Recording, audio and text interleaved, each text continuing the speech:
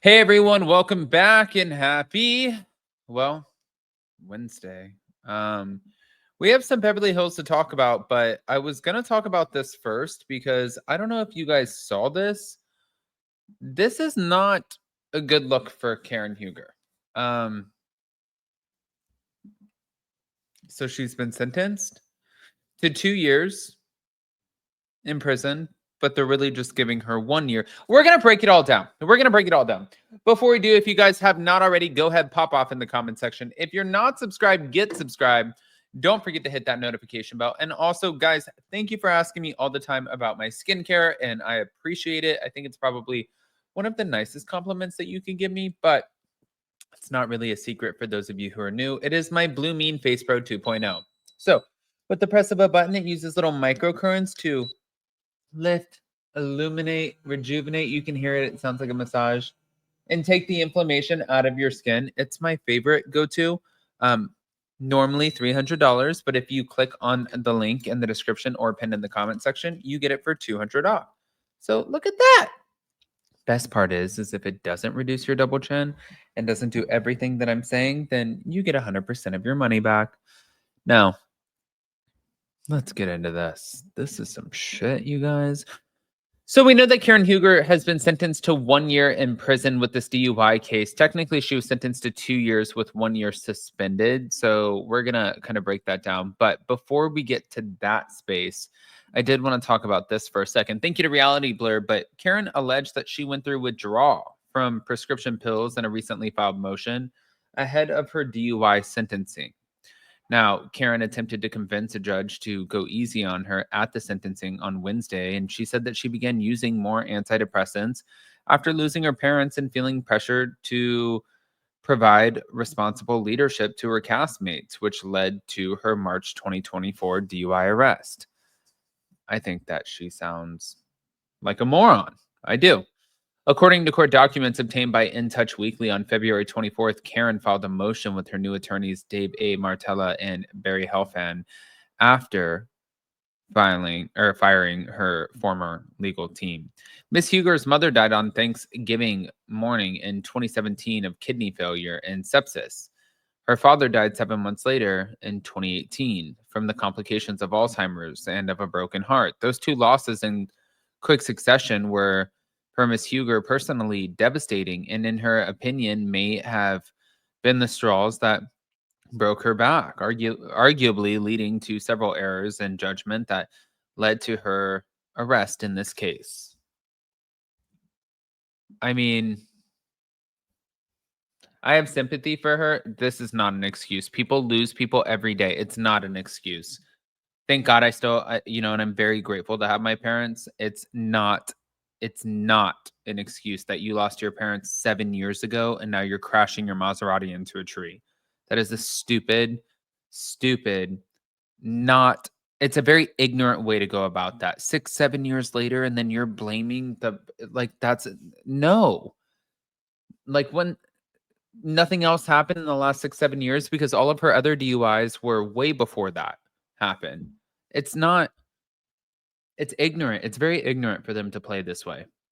So as the motion explained, Karen planned to say that she had drank in moderation. However, after witnessing the body cam footage of her arrest in court, she was shocked with embarrassment, and she suffered a concussion from the exploding airbags along with the alcohol and medication. And her difficulties that evening were the product of a combination of alcohol and prescribed antidepressant medication for depression. However, Miss Huger eventually acquiesced to the legal advice of her counsel, indicating that such circumstances might be mitigation. But this is not a defense. This is because the taking of such a strong antidepressant medication can amplify the effects of alcohol on one's coordination. The taking of that prescribed medication is not a defense to DUI. To the contrary, it is more of a reason to avoid consuming alcohol before driving. But the documents went on to state that Karen began taking the prescribed medication after being taken advantage of in college, and at the time, she felt that she could continue to drink in moderation. God, this just gets worse and worse. However, I mean, What? However, over time, the loss of her parents and the pressures of being in the public eye and the stress of providing responsible leadership on the TV show continued to wear at her well being. So, over time, the dosages of the medication went up and probably beyond prescribed recommendations, but the drinking in moderation remained the same. And she also explained, I was taking one pill after the assault, and then I began taking two after my parents' death, and I appeared to be in control and I had no noticeable issues that I was aware of. But as for the night of her arrest, the cast, well, at least Karen, she believes the medication combined with the alcohol was what impaired her and what made her mess up and overcorrect on her car. Um, this is the thing. This is no accountability. I believe that because I doubled up doses on my medicine, which nobody told me to do that. It wasn't the fact that I was shit-faced drunk driving and I crashed my car. You guys, it was the fact that I combined that with the medication. I don't wish anyone to go to jail. I really, really, really don't. She needs to go to a program, to a jail facility. She needs to do something. This is the fourth time. Next time, you'll be lucky if you don't kill somebody or yourself. Like, somebody has to help her. And I mean that with nothing, but there is no like malice or malintent behind, nothing like that. I'm just like, girl, you really gotta get help. This is bad. Really, really bad. But moving on. She said that she talked about how she stopped taking the antidepressants at the end of last year, and this was going into rehab. And she said it led to symptoms of withdrawals 4 nights later. And she said she woke up completely drenched in sweat and she went through a withdrawal.